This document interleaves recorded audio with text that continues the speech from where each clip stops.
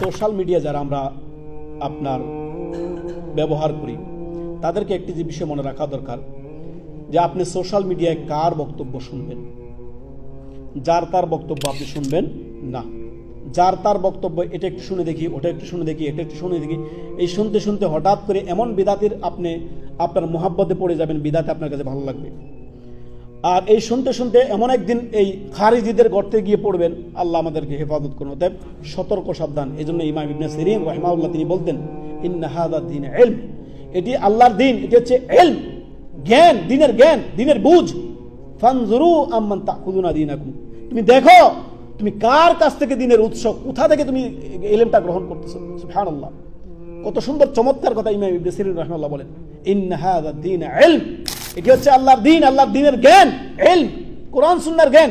ফানজুরু, দেখো তুমি, আম্মান তাখুযুনা দীনাকুম, কার কাছ থেকে তুমি দিন গ্রহণ করতেছো, কার কাছ থেকে তুমি ইলম অর্জন করতেছো, কে তোমার উস্তাদ, কার কাছ থেকে তুমি ইলম শিখতেছো, দিন কার কাছে শিখতেছো। উল্টা পাল্টা তোমাকে খারিজির পথে চালিয়ে দিবে না তো, বিদাতি পথে চালিয়ে দিবে না, 126 তরিকা নামের ভণ্ডামি পীর মুরিদের তাসাউফের মধ্যে ডুবিয়ে দিবে না তো। সতর্ক সাবধান। অতএব যারা সোশ্যাল মিডিয়া ইউজ করেন প্রত্যেককে বলবো, আপনি একজন দায়ী হতে পারেন।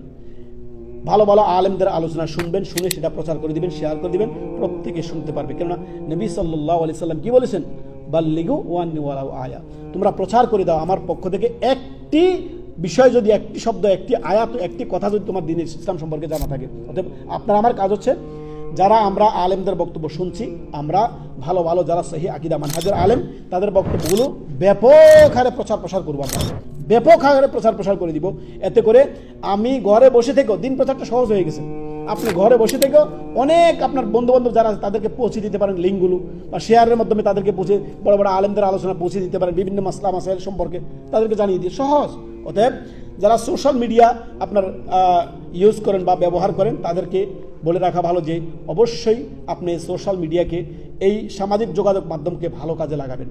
ভালো ভালো আলেমদের বক্তব্য আপনি ছাড়বেন, ভালো ভালো আলেমদের বক্তব্য শুনবেন, এবং কি ভালো ভালো আলেমের বক্তব্যগুলো শেয়ার করে দিবেন, প্রত্যেককে জানার সুযোগ করে দিবেন।